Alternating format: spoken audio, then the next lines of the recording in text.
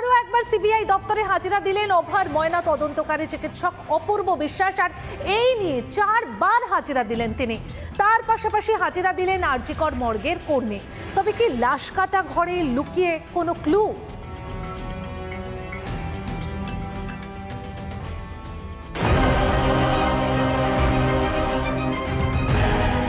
সন্ধ্যার পর কেন হয়েছিল অভয়ার দেহের ময়নাতদন্ত?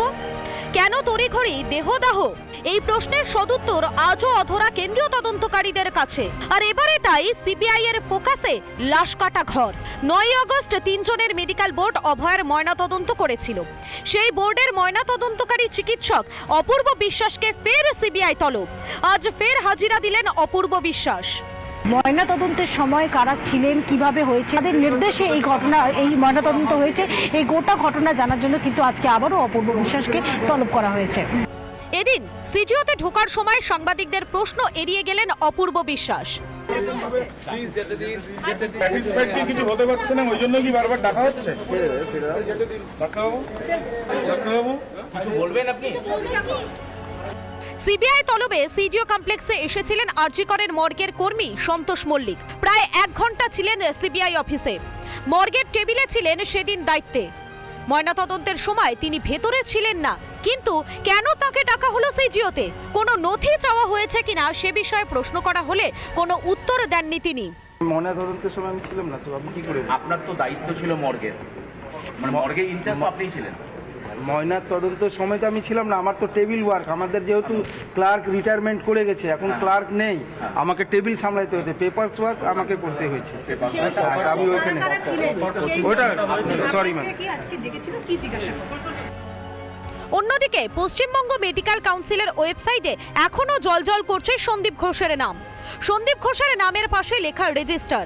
19 তারিখে সন্দীপের নামের পাশে লেখা ছিল সাসপেন্ড। 6 দিন পরই ফের রেজিস্টার্ড লেখা। সেই সন্দীপ ঘোষের রেজিস্ট্রেশন বাতিল করা হয়েছিল বলে সমস্ত চ্যানেলে দেখানো হলো, সমস্ত সংবাদ মাধ্যমে দেখানো হলো। এবং যখন ডাক্তারবাবুদের সংগঠন থেকে প্রতিনিধিরা গেলেন, তখন রেজিস্ট্রারও নিজে জানালেন যে হ্যাঁ, সন্দীপ ঘোষের রেজিস্ট্রেশন কিন্তু বাতিল হয়ে গেছে। এবং ওয়েবসাইটেও দেখা যাচ্ছিল যে তার নামের পাশে সাসপেন্ডেড কথাটা লেখা। তার ঠিক 5 দিন পরে আজকে আমরা বিস্মিত হয়ে দেখলাম কোনো এক মন্ত্র বলে সেই লোকটির নাম আবার ফেরত এসছে ওয়েস্ট বেঙ্গল মেডিকেল কাউন্সিলের যে ওয়েবসাইট, সেখানে। ইচ্ছে করে ওয়েবসাইটে সন্দীপের নাম রেখে দিয়েছে প্রশাসন। রেজিস্ট্রেশন বাতিল শুধুই কি আইওয়াশ? রিপাবলিক বাংলা। আইএমএ সদস্য হয়েও আইএমএ ভবনে ঢুকতে পারলেন না বেশ কিছু চিকিৎসক। জলপাইগুড়ি আইএমএ ভবনের গেটে ঝুলছে তালা। আগে চিঠি দেওয়া সত্ত্বেও খোলা হলো না তালা।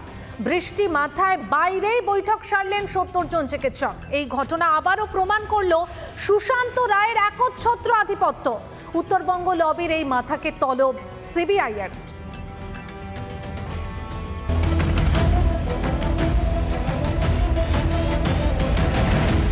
উত্তরবঙ্গ লবির অন্যতম মাথা হিসেবে পরিচিত সন্দীপ ঘোষ ঘনিষ্ঠ চিকিৎসক সুশান্ত রায়কে তলব করলো সিবিআই। ভুরি ভুরি অভিযোগ এই চিকিৎসকের বিরুদ্ধে। আর.জি. কর কাণ্ডেও নাম জড়ায় এই চিকিৎসকের। তার অঙ্গুলি হেলন ছাড়া যে আইএমএতে কিছুই হয় না, তার প্রমাণ মিলল মঙ্গলবার। জলপাইগুড়ি আইএমএ ভবনে গুরুত্বপূর্ণ বৈঠকে বসবেন চিকিৎসকরা। গোটা বিষয়টি জানিয়ে চিকিৎসকরা চিঠি লেখেন জলপাইগুড়ির আইএমএর বর্তমান সভাপতি ডাক্তার নিতাই মুখার্জিকে। অভিযোগ তারপরেও জলপাইগুড়ি আইএমএ সম্পাদক ডাক্তার সুশান্ত রায় এবং সভাপতি ডাক্তার নিতাই মুখার্জির নির্দেশে খোলা হলো না ভবনের তালা। বৃষ্টি মাথায় ঠায় বাইরে দাঁড়িয়ে রইলেন চিকিৎসকরা। সেখানেই বৈঠক শুরু করেন 70 জন জলপাইগুড়ির চিকিৎসক। আইএমএকে কুক্ষিগত করে রেখেছেন আমাদের বর্তমান সম্পাদক, এবং তার অঙ্গুলি হেলন ছাড়া আইএমএতে কোনো অ্যাক্টিভিটিস হয় না, তার একটা প্রমাণ আজকের এই পরিস্থিতি। চাবি কি ওনার কাছেই? চাবি ওনার কাছে না থাকলেও যিনি কেয়ারটেকার ওনার অনুমতি ছাড়া আর কাউকে দিয়ে কারোর জন্য অন্য কোনো মিটিংয়ের জন্য আমাদের আইএমএ হল খুলবেন না। যে দাবিটা আমরা কেন্দ্রীয় আইএমএ এবং রাজ্য আইএমএর কাছে রেখেছি, যে অগণতান্ত্রিকতার চূড়ান্ত একটা কর্তৃত্ববাদী ঢঙে জলপাইগুড়ি আইএমএ পরিচালিত হয়েছে। একজনই সব, তিনি সম্পাদক, তিনি কোষাধ্যক্ষ, তিনি সভাপতি। এই যে ধারণাটা আমাদের ছিল, আজকের এই ঘটনায় সেটা আরও বেশি পোক্ত হবে। জলপাইগুড়ি আইএমএ ছিল হুমকি সংস্কৃতির আঁতুড়ঘর। এই অভিযোগে বারবার সরব হয়েছেন চিকিৎসকরা। সন্দীপ ঘনিষ্ঠ সুশান্ত রায়ের বিরুদ্ধে স্বেচ্ছাচারিতার অভিযোগ সামনে এসেছে। এই ঘটনা তার জ্বলন্ত উদাহরণ বলে দাবি প্রত্যেকের। রিপাবলিক বাংলা। অবহেলার বিচার চেয়ে পথে নামার শাস্তি। পুজোর মুখে কাজ খোয়াতে হলো রানাঘাট পুরসভার 2 অস্থায়ী কর্মীকে। গত 28 আগস্ট প্রতিবাদে সামিল হয়েছিলেন তারা। পরের দিন পুরসভায় গেলে ওই দুজনকে কাজে যোগ দিতে বারণ করা হয়, যা নিয়ে তুঙ্গে উঠেছে রাজনৈতিক চর্চা।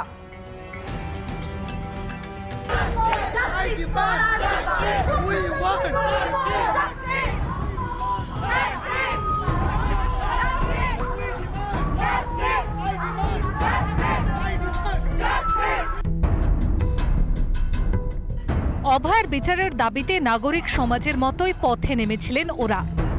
অভিযোগ তাতেই কাজ হারাতে হলো রানাঘাট পুরসভার 2 অস্থায়ী কর্মী দীপায়ন গোস্বামী এবং দেবব্রত ঘোষকে। পৌরসভার কাজ শেষ করে সমর্থনে আমরা রাস্তায় বেরিয়েছিলাম।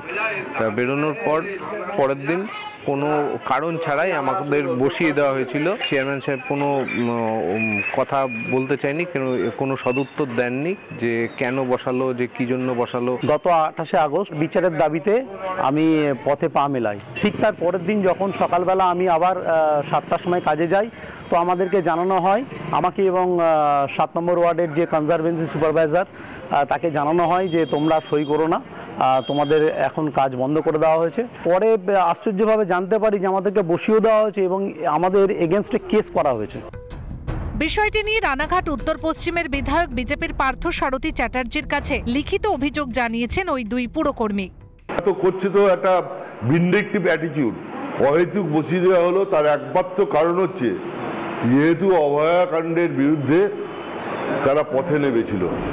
কাজে ফাঁকি দেওয়ার জন্য ব্যবস্থা নিয়েছে পুরসভা। সাফাই রানাঘাট পুরসভার চেয়ারম্যান কৌশলদেব বন্দ্যোপাধ্যায়ের। অভয়ার আন্দোলনে আমরাও মাঠে ছিলাম, তার জন্য কোনো কারোর কাজ গেছে রানাঘাট প্রিন্সিপাল আমি তাদের কাছে প্রথম শুনলাম, জানা নেই। আপনারা যাদের কথা বলছেন, একজন আমাদের ওই ডেঙ্গুর কাজ করে, তাদের 6-7 মাসের কাজ কি করছে আমি জানি না। যাই হোক, ডিপার্টমেন্ট থেকে আমাদের কনজারভেন্সি ডিপার্টমেন্ট থেকে একটা ওয়ার্ড এসে সুপারভাইজার সে কাজ করে না, যে ফাঁকিবাজ স্টাফ, সেই কারণে তাকে বসিয়ে দেওয়া হয়েছে। এই ঘটনার শেষ দেখে ছাড়ার হুঁশিয়ারি দিয়েছেন স্থানীয় বিজেপি বিধায়ক। রিপাবলিক বাংলা।